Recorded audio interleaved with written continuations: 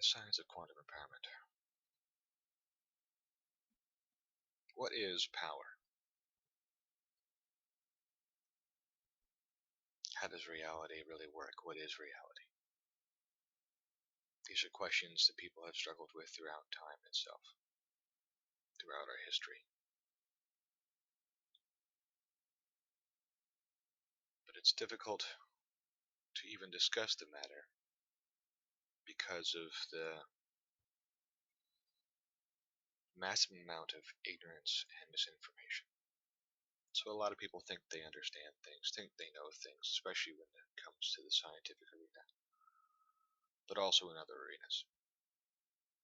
Pretty much every area of learning has its own dogma, its own artificial limitations based on preconception, assumption, and limited awareness. So, I will do my best through this to help you understand the true nature of reality and power.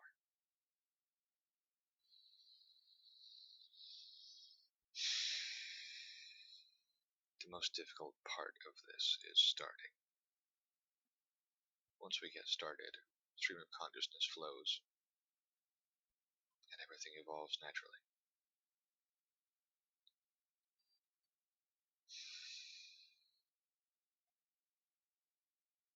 But where to begin? Well, as always, we have to define terms, since most people don't understand terms. So, what is power?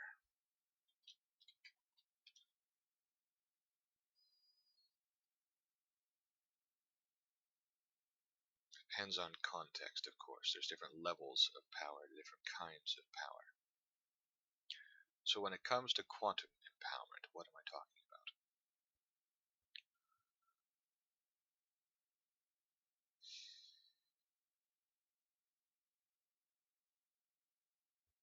So many ways to approach this subject. But power, in essence, equals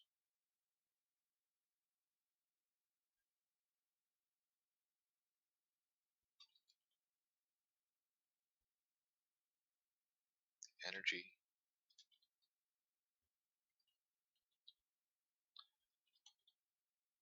and ability to change something in reality.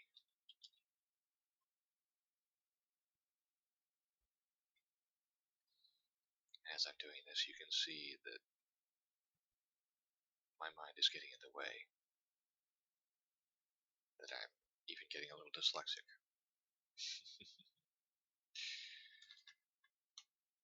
For one thing, I was uncomfortable because my keyboard was out of alignment. Not really appropriate typing.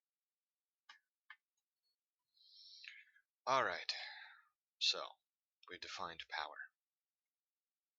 Now what about quantum empowerment? Quantum empowerment is source level power.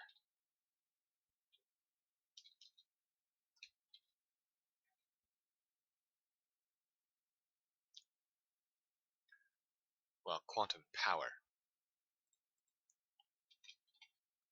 is source level power. Quantum empowerment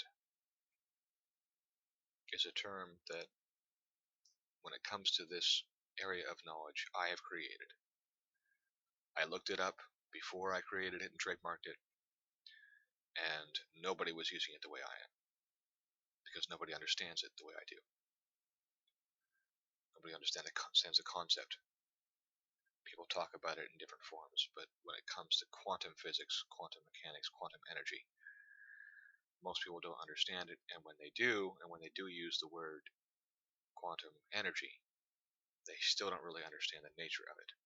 So quantum empowerment is a term that I myself coined as the quantum empowerment coach, which is another term that I coined. These are terms that I have created based on my own research, study, and experience. delving into the nature of power and the nature of reality at the same time from both a spiritual and a scientific perspective. So, quantum empowerment is a state of being in which, I need to type it out before I say it, this isn't working. A state of being in which, well, I need to do one or the other first. Stream of consciousness and then action. Two levels of action at the same time. Doesn't work. A state of being in which empowerment is achieved through what we call coherence or grounding into the source quantum field. Oh, it'll be nice once I'm fully into this.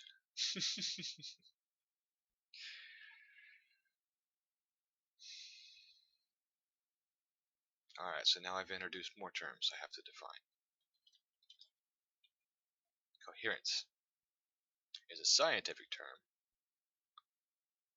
for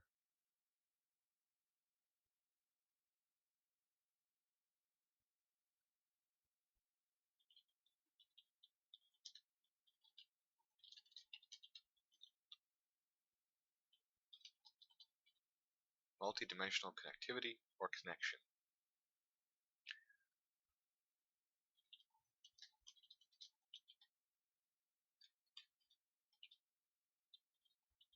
With the source energy field.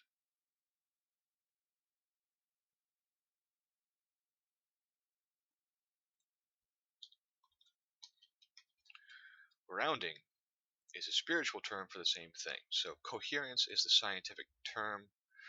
Grounding or groundedness is the spiritual term that is more commonly used in our world today. In past ages, in past centuries, the term tapping into the Holy Spirit or channeling the flow of magic, and there are many words for this energy. Power, magic, sorry, I bumped the microphone. Power, magic, prana, chi, ki, mana, maya, the power of illusion, because it's all an illusion. So, when it comes to illusion, the scientific term we use is quantum hologram.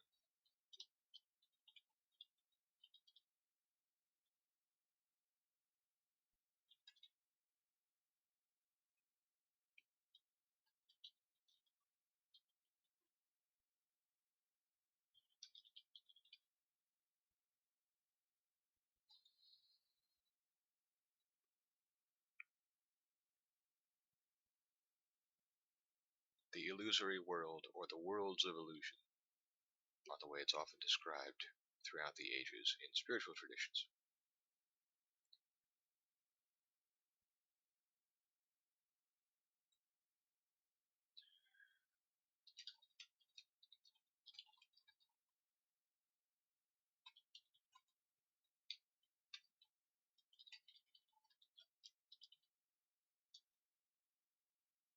Now I'm going back and adding something here.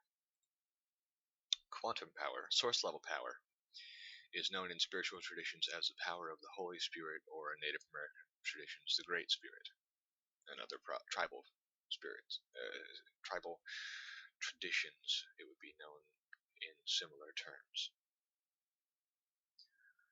The the source of all things, whatever you want to call that, whether you call it God or you call it Great Spirit, you call it Source, it doesn't matter.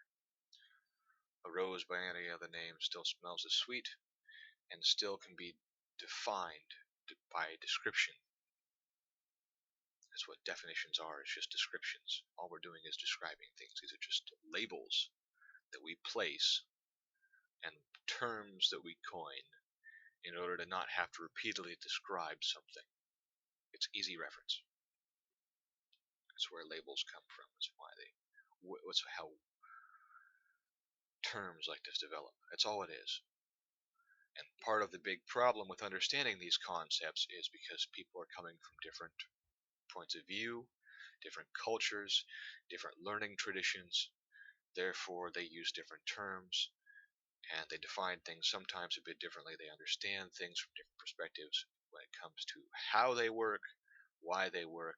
There are different theories which are not always accurate. And so they can be using the same terms or different terms and have different descriptions or the same descriptions. They can have diagrams which are portraying the same concepts but understand them in different ways and use them in different ways, such as the spiral or the cross. These things have been around for forever. These diagrams, these pictures, these descriptions have been around for forever, since the beginning. Knowledge was there at the beginning. There is nothing new under the sun. Only different renditions of the same core truths, same core code.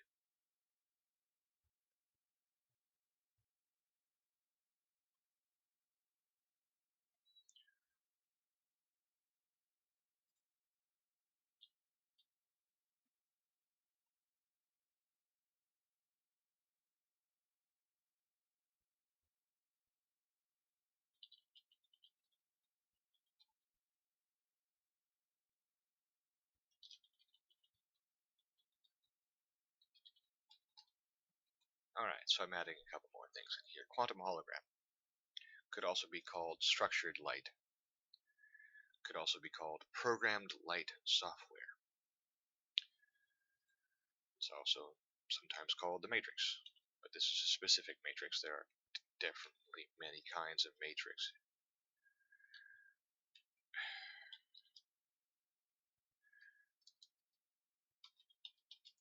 From both a scientific and spiritual standpoint combined, this would be called the divine matrix, as Greg Braden has quite aptly called it. This combines spirit and science accurately, the way it originally was and the way it was always supposed to be. Science and spirituality are two sides of the same coin. They are the understanding of reality based on different levels of observation. Science traditionally is the study of the physical world in order to better understand it. And the original scientific pursuits were motivated by the desire to understand God through the analysis of the creation. You understand the Creator by studying the creation. Simple concept. The split between science and spirituality didn't occur until supposedly historically approximately 2600 years ago, 600 BC. It originated in the Greco-Roman area, in the cultures of Greece and other surrounding European countries, through differences of perspective in philosophy and how the universe works. Now, with our current understanding, it's not difficult, depending on your level of understanding of our current understanding, how far science has come over the last few centuries or 1,000 years or so as it's been studying the spiritual / subtle energy level of reality, which I'll get to later. You can go back and look at these different perspectives, these arguments that became greater and greater arguments, greater and greater misunderstanding, and created the split that we have today. It did not originate with Christianity as what the Bleep documentary claims or postulates. Historically speaking, as the physicist Friedhof Capra well documents, or at least describes, it's documented by historical record. The split can be understood by modern science and modern spiritual understanding as simply a philosophical disagreement about the nature of the interacting forces that create reality and their source. But primarily the actual forces that make up reality itself, how reality works.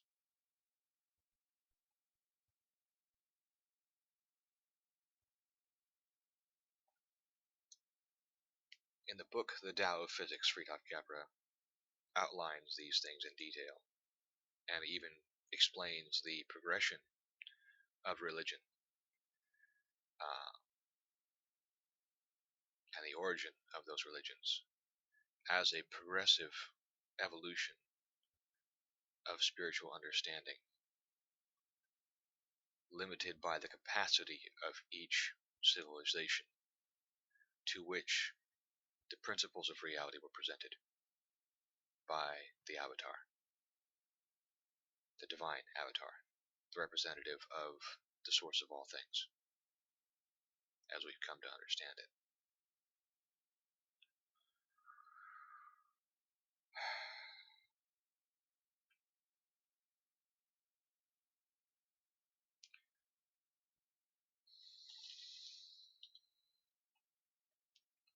I've just used a new word that most people think they understand based on their limited experience with the word, with the concept.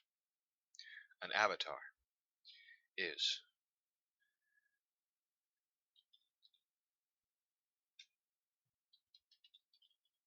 a representation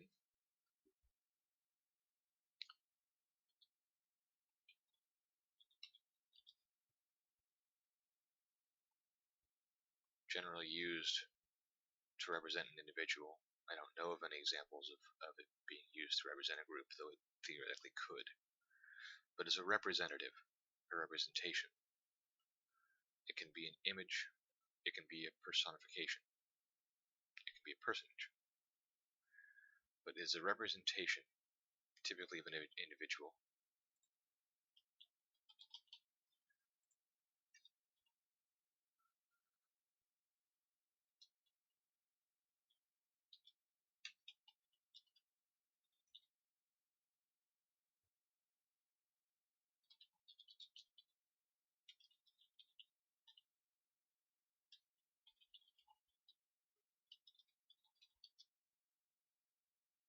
Okay. So an avatar is a representation, typically of an individual, used to communicate when direct contact or communication is impossible.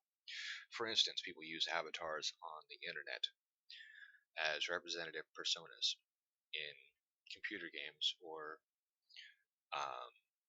chat rooms. They give themselves a name, they give themselves often a graphic representation, whether it be a drawing or a picture or an icon, some sort of representation as a persona, which they use to interact with people on the internet. In games such as The Sims, there is even a virtual body used. Now, in order to understand the divine avatar,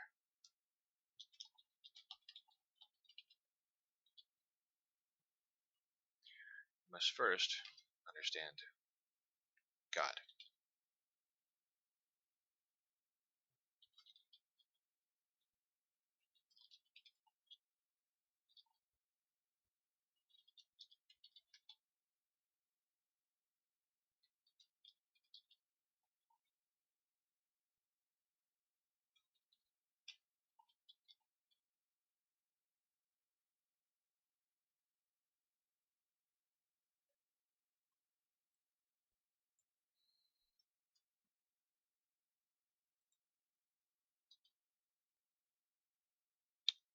Now, the term God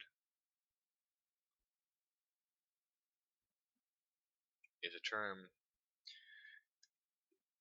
in our modern culture, and I have to specify that because there's a lot of misunderstanding about God that partly has developed because of the misunderstanding of the term and how it's used by different cultures. While I'm at it, I might as well use the converse.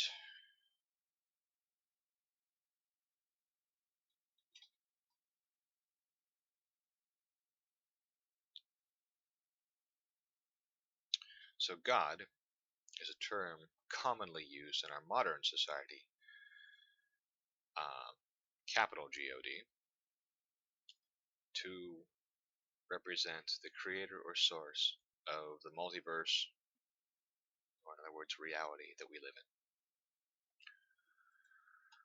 Problem is,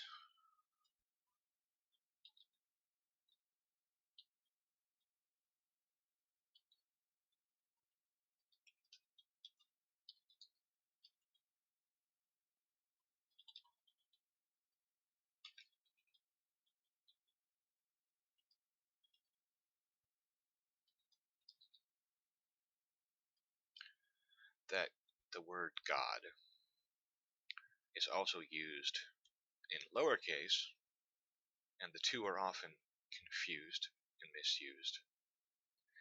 And the lowercase God, G, is a term used for a super capable or powered being, basically with abilities beyond the norm. We call them superhumans, we call them magic users, we call them all kinds of things. But basically, any being that has abilities beyond normal, supernormal, superhuman, is often called God throughout history. There's a difference between a God and the God.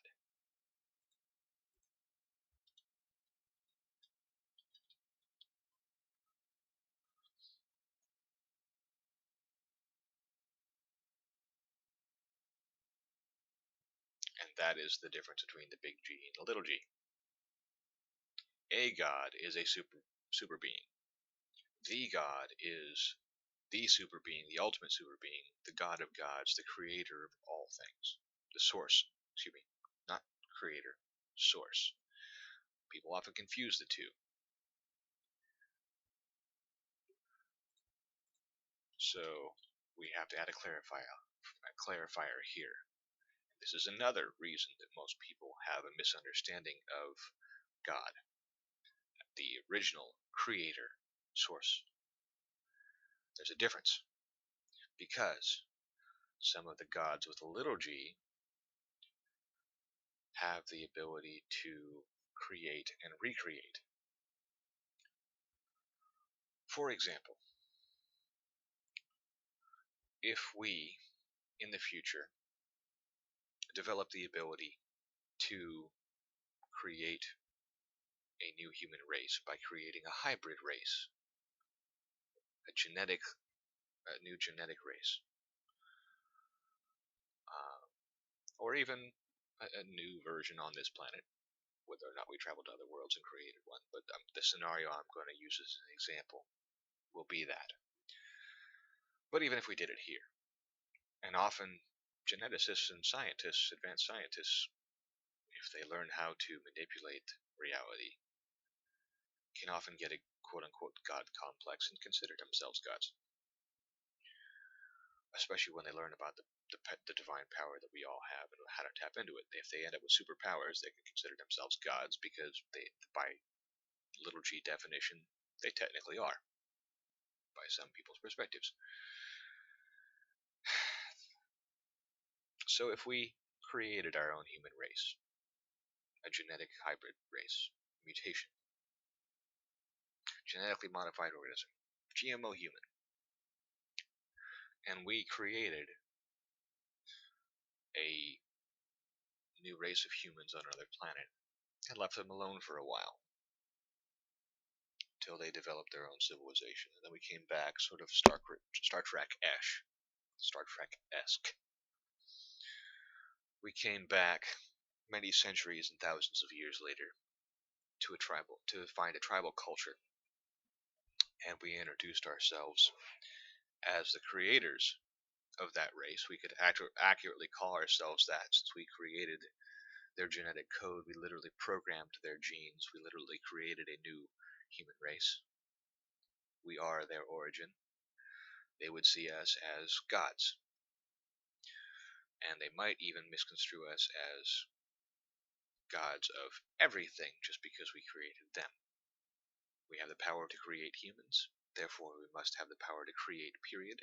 Therefore we must be the source of all things. There could be easy confusion between them.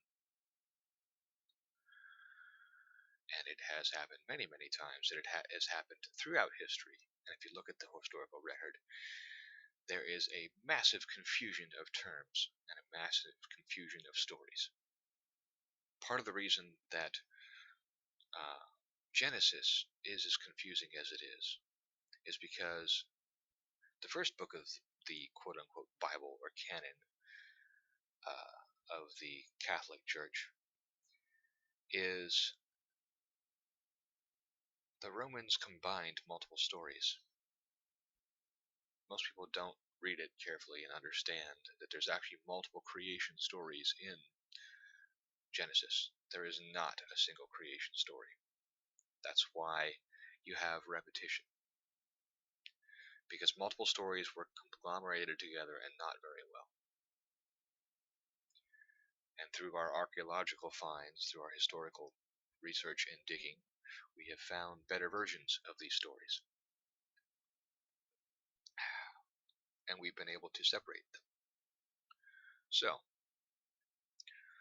we have discovered that there is a difference between the story of the origin of reality itself and the story of the creation of the physical world and the creation of the inhabitants of these worlds and the creation of the human race on this planet versus the creation of the human race galactically, shall we say, universally.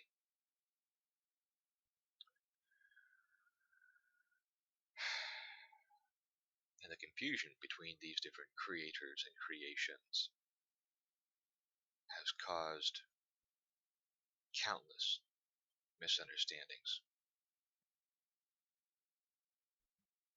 of God and gods and creation and life and power.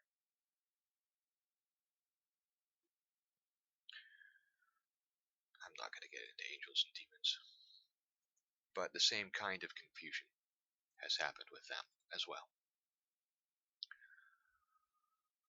Just as some primitive cultures call super beings gods, they can also call them demons. Ah, hell, I got into it anyways. So let's define demon.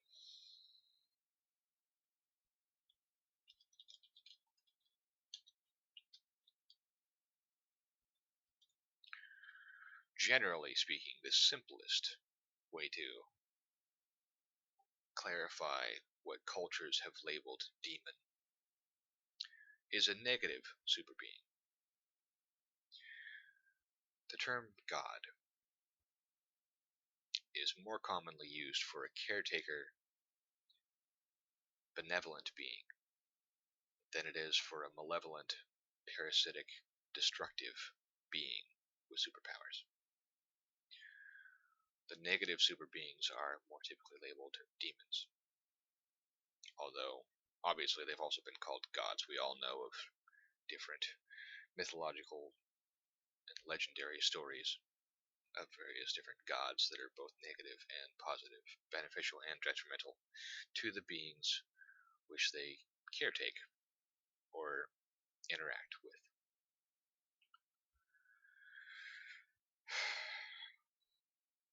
So, back to the avatar concept. When we're talking about the original creator God, what most people forget is that in order to create something, it has to be outside of you.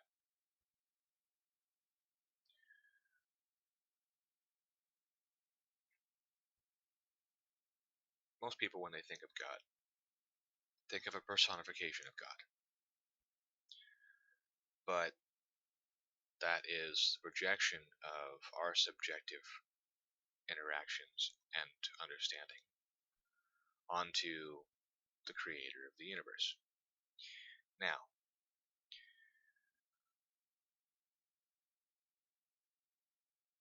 a personification is a member of this universe.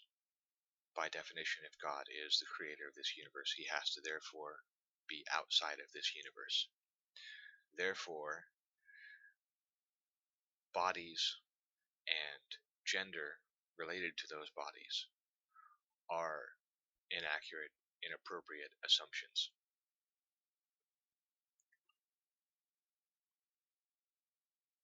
The creator of this world is, by definition, beyond this world, and therefore beyond any forms in this world, and therefore it cannot be assumed accurately that such a being would have a worldly form if they are beyond this world. Therefore, we cannot assume a gender or a physical body for this being, because the physical world is itself created by that being. Therefore, this being is beyond the physical world. Now, if you are beyond it, if you are not a part of it, if you are not even in that reality that you have created, you have to create a personification, a body with which to interact with that world. You can control it as you control everything else that you've created in that world. If you didn't have any control, you couldn't create it. If you create it, you therefore have to have control. So, the divine avatar is an avatar that,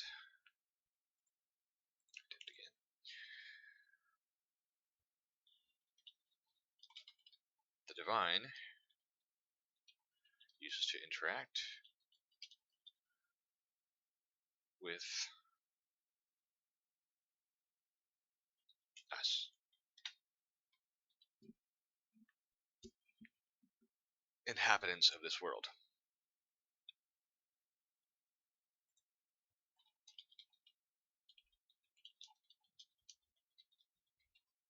Now, most people assume that would mean humans, but that is an assumption. One of the wonderful things about some of the stories that we have, such as the Chronicles of Narnia, written by C.S. Lewis, is that Lewis actually portrays a divine being in animal form instead of human, putting into our minds the concept that we cannot just assume that the divine would take a human form. What if it didn't? What if it created a world without humans? There would be no need for a human form. You create a form that is most like the creatures that you are dealing with, so that you can best interact with them, that can best relate to that form. Therefore, if communicating with humans, the divine would use a human form. If interacting with humans, the divine would use that. But if you're not communicating with humans, you would use a avatar body that is not human, such as the lion that's used in the animal world of Narnia. So, if the divine came into this world to interact with animals, or let's say insects, such as bees, the divine would therefore have to use a bee body to communicate with the bees. It is quite logical to assume. Why would we be the only ones that the divine would communicate with? Why wouldn't you communicate and interact with all your creations? So there are some limitations, some assumptions, very arrogant and superficial and naive assumptions that have been placed on God, an understanding of God and power and how it works and the world. I've given you a few examples here. And I've also given you examples of one of the biggest problems: assumptions based on language. Language is at its best an imperfect form of communication, as imperfect as our minds which create that communication. And therefore, there's a lot of room for misunderstanding, misinterpretation, misuse of terms and definitions, and confusion as such. And so, you have to be skeptical. You have to be careful what you listen to and believe.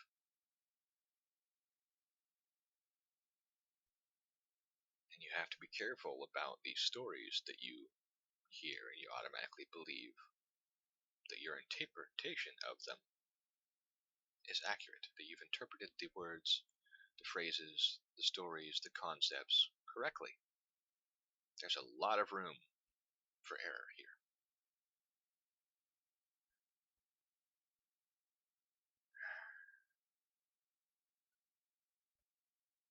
And this has caused so much trouble and so much needless conflict, so much war, needless suffering.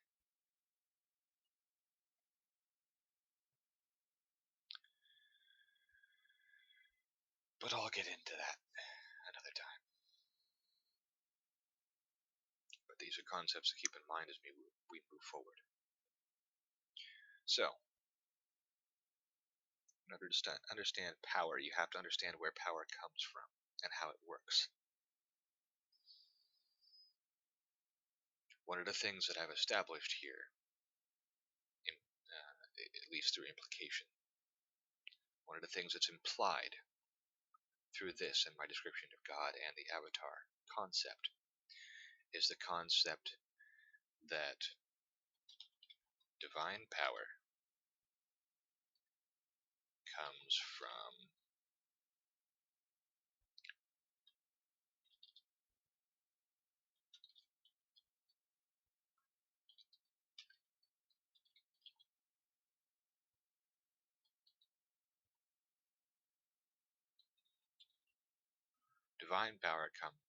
God, or the Creator, the original Creator,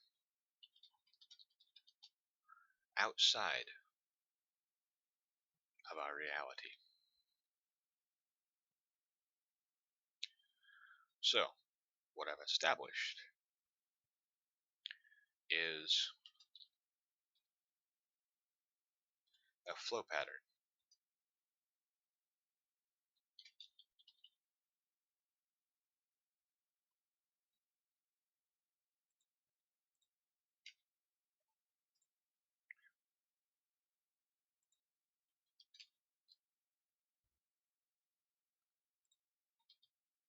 Divine power, source power, flows into reality from outside of it.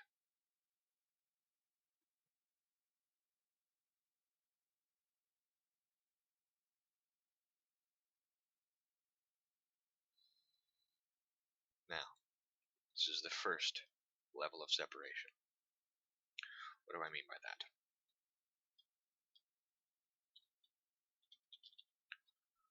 Reality is often described in different ways in different levels.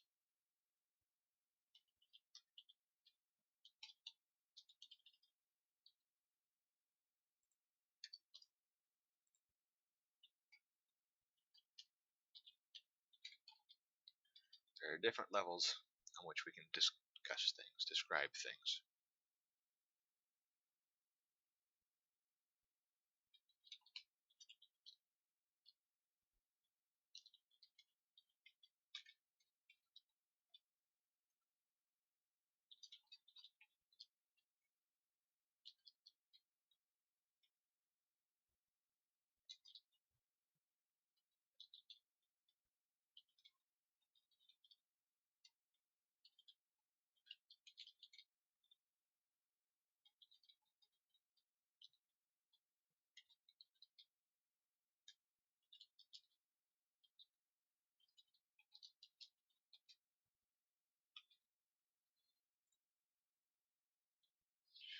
So, one way to order this, based on the physical reality, in fact, I'll clarify that here.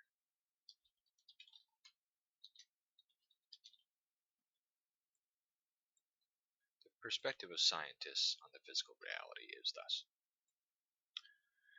However,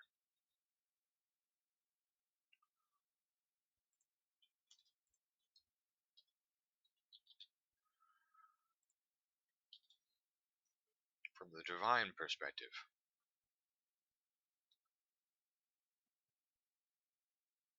that is a very limited understanding. Why is that? Well, because there are different levels, or worlds,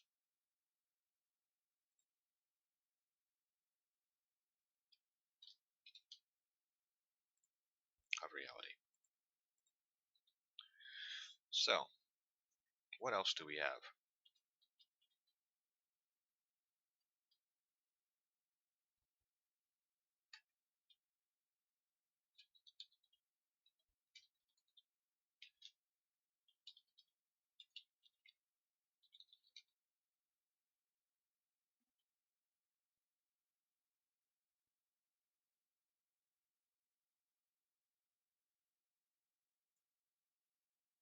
So we have the mental world,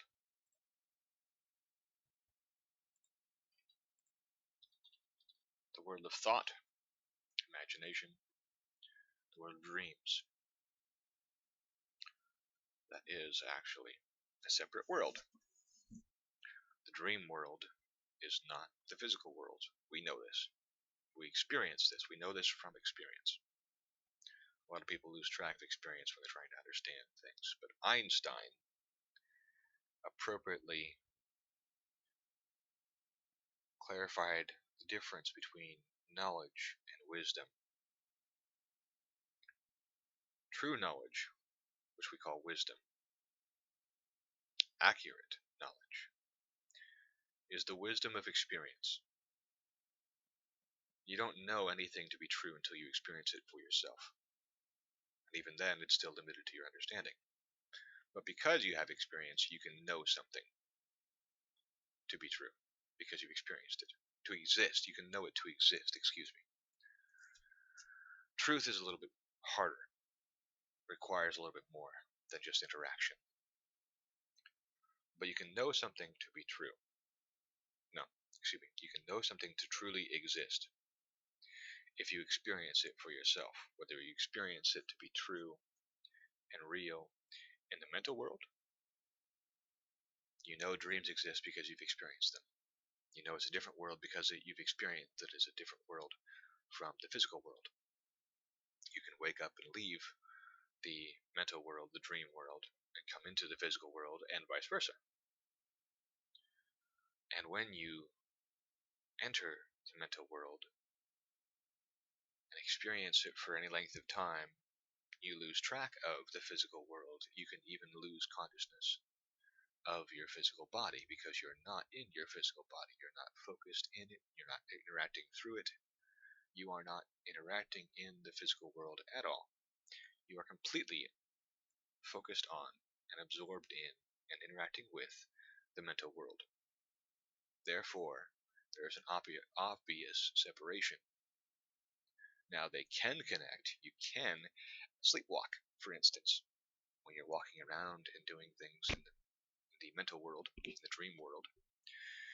You're actually doing things in the physical world in the case of sleepwalking or sleep talking.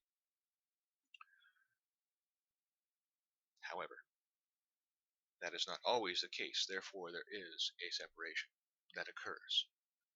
We know this from experience. So, we have experience and everything else. And everything else that we claim to know, that we think we know, is not wisdom, the knowledge of experience. It is information. So in order to understand something properly and actually learn about it properly, you have to understand the difference between information and wisdom. Knowledge and wisdom, truth, and information. You can be told something, and you can believe it is true. You can consider it truth, but it may not be.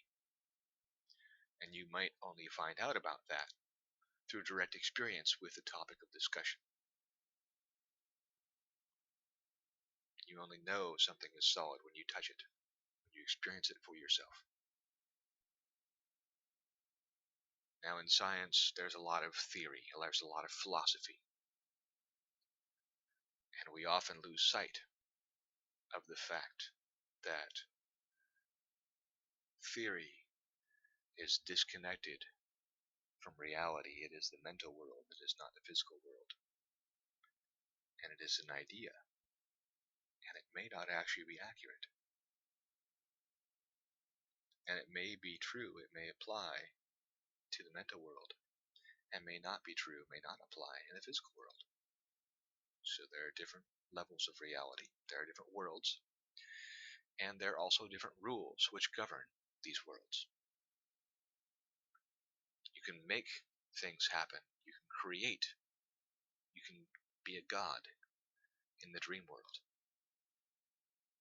But you probably can't do that same kind of creation in the physical world. Now, there are stories that some people can. I'm not going to debate that with you right now and say that it is true and try to prove it. We're not going to discuss that right now. We'll get into that later. Maybe. So, right now we have the understanding that there are different worlds, different levels of reality. There is the mental world, and there is the physical world. Now, is there another world? Well, both through the experience of science and through the experience of human life in general, and the stories that we have from different people and their experiences, we know that there is. Now, it's called different things.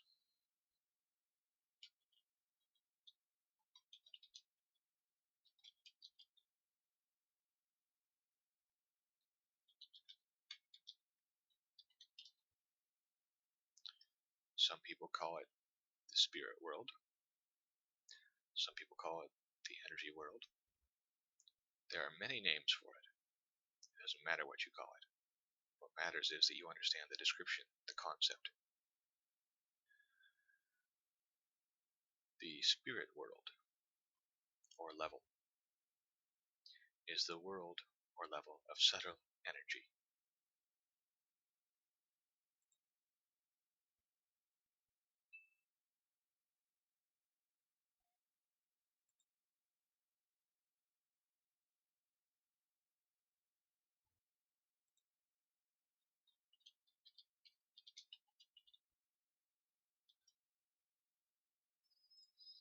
What I've just introduced is the concept of density. We know that there are different states in the physical world. Solid, liquid, and gas are examples. There's also plasma, which is debatable whether or not it's even physical, as is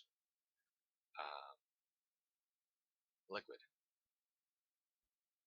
There are certain assumptions that people have made, that we're taught, that may or may not be accurate.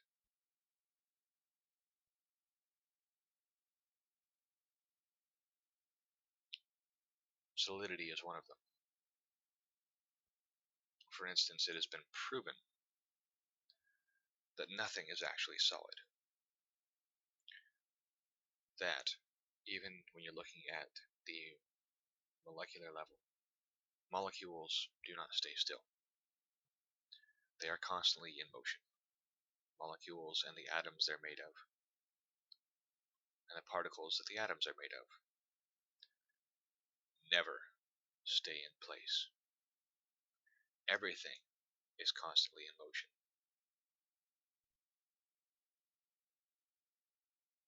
We also know that these supposedly solid particles are not solid. They are energy fields. They are mostly empty space.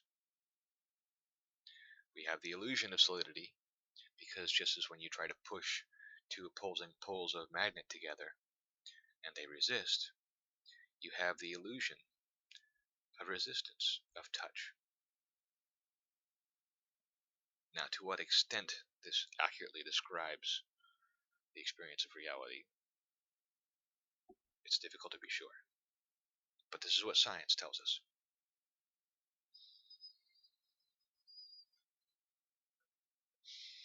And we do have some proof, because there are atomic microscopes that can peer down into the atoms and show us that there are empty spaces, energy fields.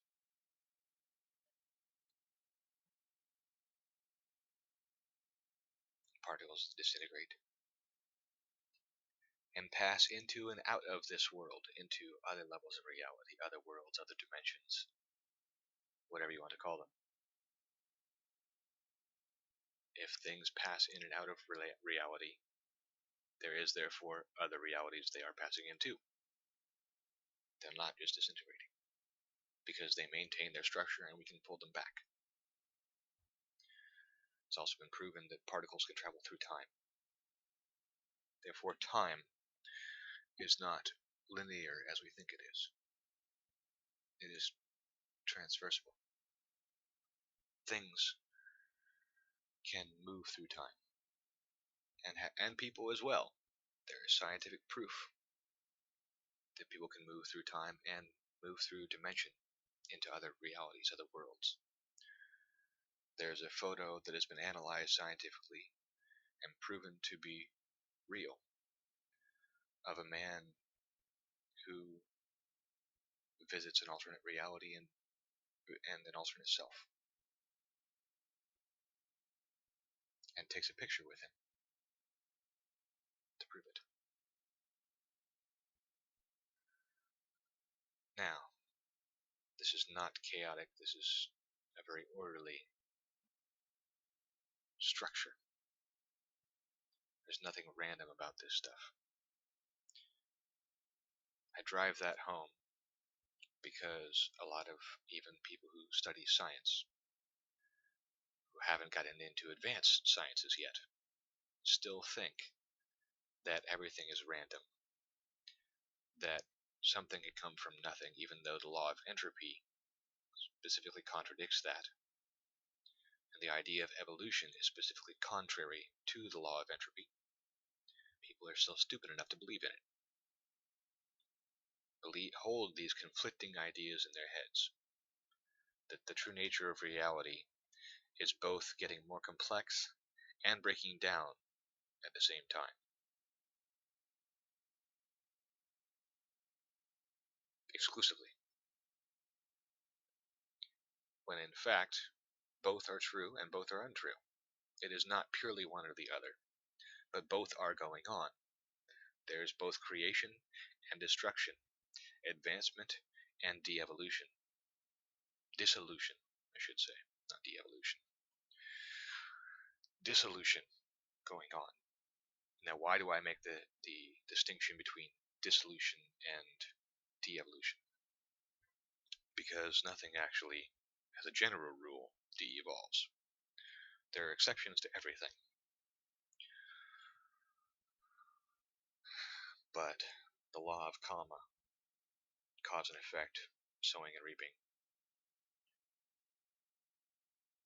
holds. And ultimately is unbreakable. Though there are limited cases where there are exceptions, bypasses in small forms, ultimately, from a multiversal, multidimensional perspective, they always catch up to you, sooner or later.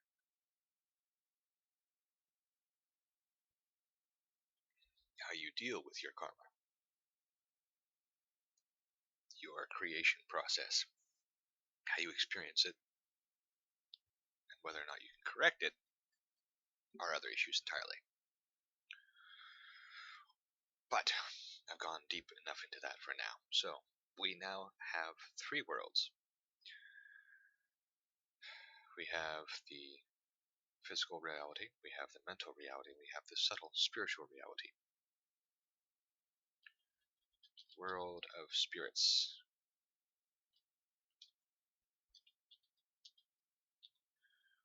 Ghosts. Entities.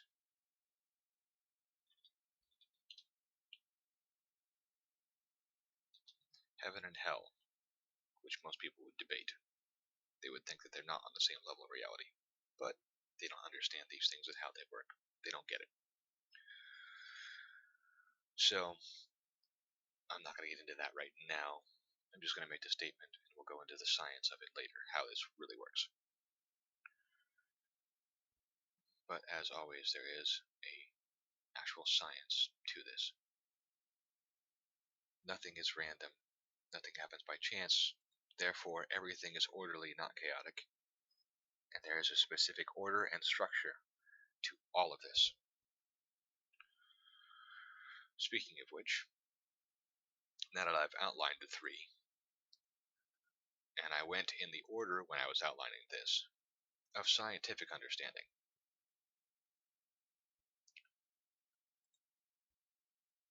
Now I'm reordering that list in the true order. And what is that true order? Density.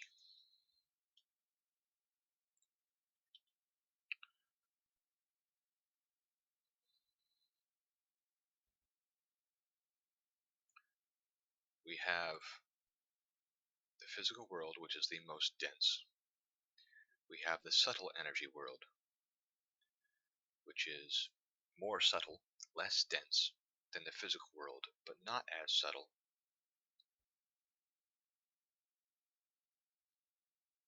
As the energy world. What does that mean? It means the physical world is tangible. The spirit world can be tangible. It is known to be possible that ghosts and other entities can actually come into and interact with the physical world and yet phase out of it or be intangible and only show up on a level that our eyes can see and our fingers cannot touch. Both occur. We also know that the soul, or the spirit, when it leaves the body, when humans die, in other words, there is a difference in weight. This difference in weight people have attempted to understand and describe and explain the difference in weight. The primary difference in weight is not that something is lost or gained in the physical sense. It is an energetic sense. What changes is the density and the amount of energy, and those two are directly related. The energy fields, the energy structures of the spirit body and the mental body, and the energy of the soul leaves the physical body, the physical vehicle. Remember we talked about avatars. Well, here's the thing. In this context, our bodies are avatars. We have one body for each world or level of reality that we use to interact with that level of reality.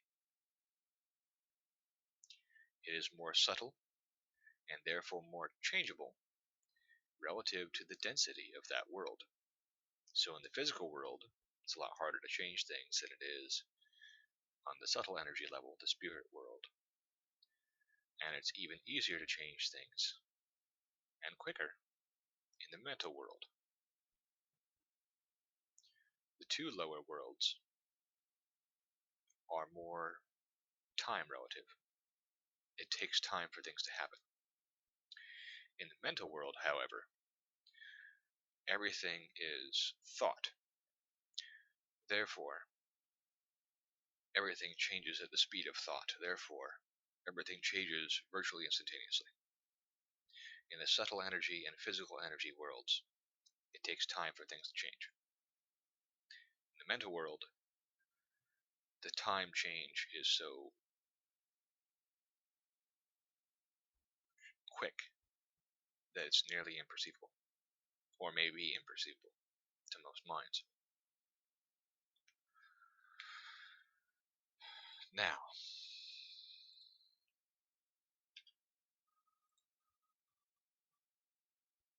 we went over source power and reality, and I said this was the first level of separation.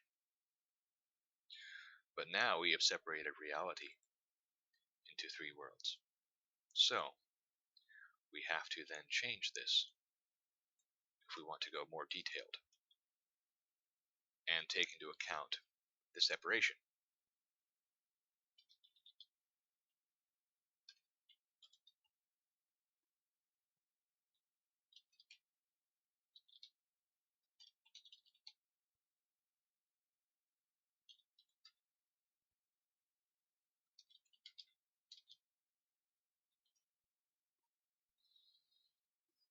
Okay.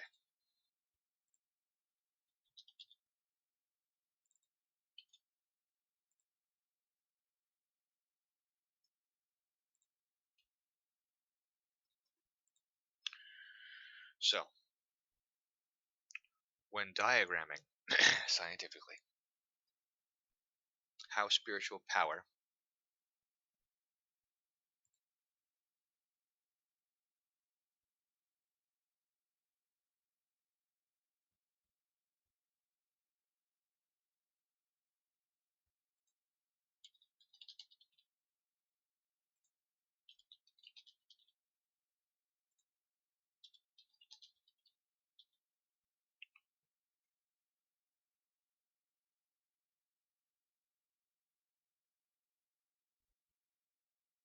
another clarification has occurred to me, so I'm making adjustments throughout the outline.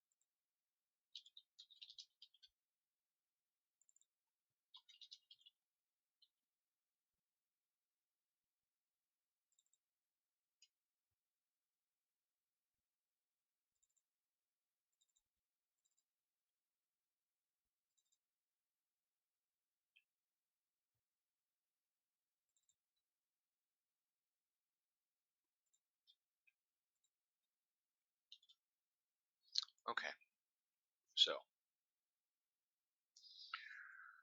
I already established in point A that power is energy. So therefore the terms are interchangeable.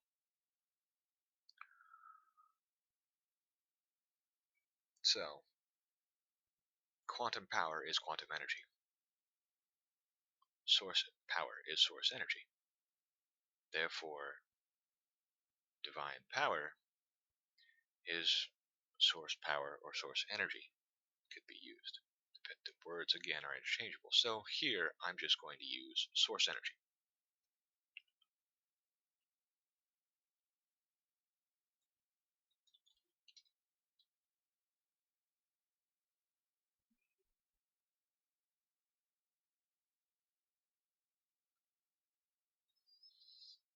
Now I could write this out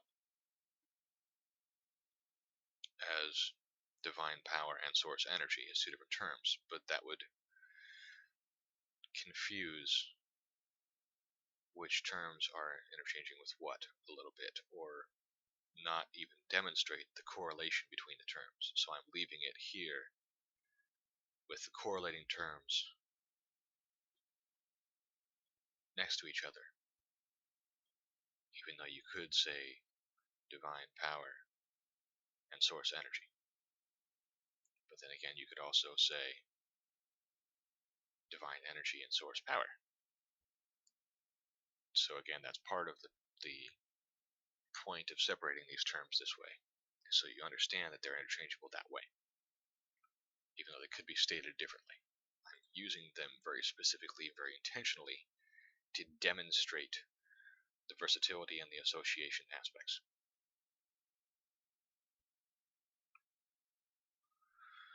So, source energy, which is because of where it is coming from outside of the realm of creation, as it is the source of creation itself. Source energy then comes into the mental world, the realm of thought, then becomes more dense and enters the spiritual world, then it becomes more dense and becomes the physical world. So it moves through these levels of reality in order downward. Why? Because the actual structure and makeup of our reality is thought. The mental world is the source world, the quantum level.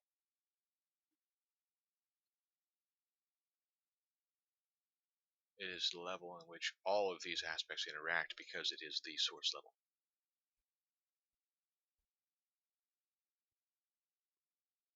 That's why scientists can't measure and tap into it. They can measure energy, but they can't actually program the quantum field without actually getting past the physical world because it's so deep. It's a different level of energy than the physical world. It's not just the physical world. It affects the physical world, but it's deeper than the physical world. So not only could you look at this from a perspective of density, you could look at it from a perspective of depth. And this, again, is where spiritual traditions come in because scientists often have called reality a three-dimensional world. Now they've changed that. But in the Bible, Christ actually states that it's a four-dimensional world. Dimensions of length, width, height, and depth.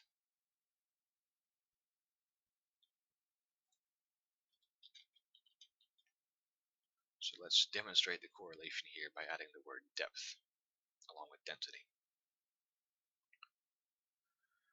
So,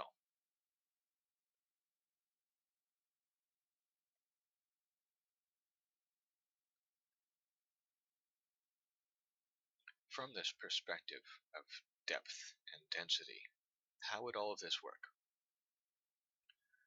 Well, we know that the more dense something is, the more it is squeezed down into a smaller space, which requires compression toward the center.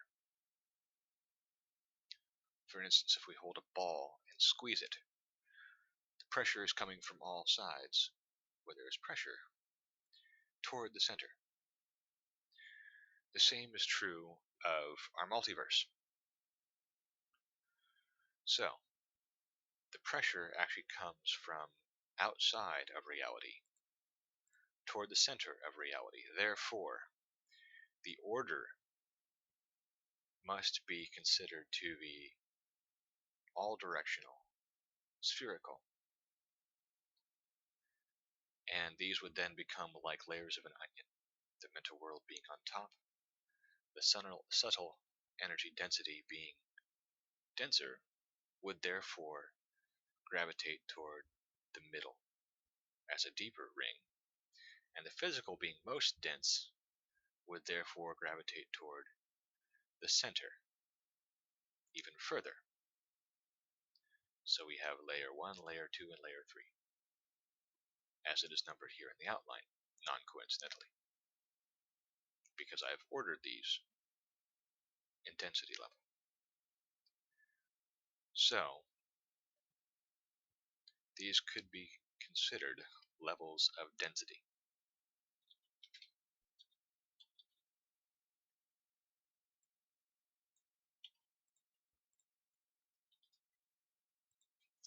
Obviously, this outline is getting more and more complex as the concepts get more and more complex, which helps to correlate visually the information and the depth of learning, the depth of understanding.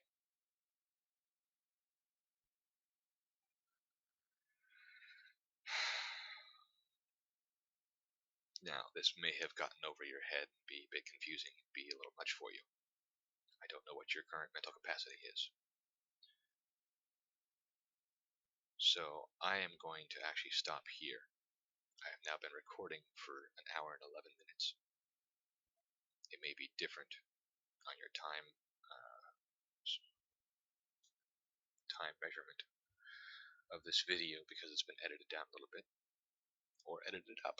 Something may be added to it. Either way, this is for the time is for an understanding of how long I've been doing this, not for an understanding of how long the video is. So just keep that in mind. So I'm going to stop here. It is now almost 9 a.m. I've actually been up since probably 5 or 6 a.m. contemplating and channeling this information. And I'm a little worn out, dehydrated, and in need of refueling. I need to refuel my physical vehicle. So I'm going to stop here for now and resume once I have taken in more food to refuel my body. Thank you for listening and watching. I'll probably make this a separate section. This will probably be the end of part 1, and I will resume with part 2. So this will probably be the end of the video, so I bid you adieu. I wish you a wonderful rest of the week, and a wonderful experience of happiness, peace, and growth.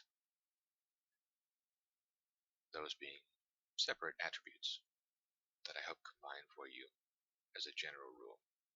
Though obviously some growth requires suffering, and therefore the happiness and peace won't always be present.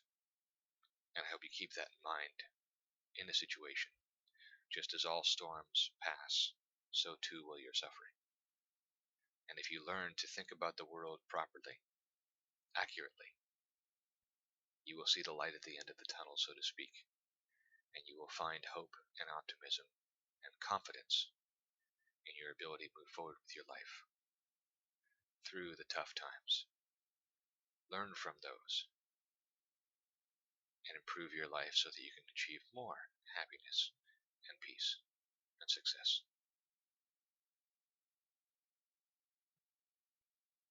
Talk to you again soon.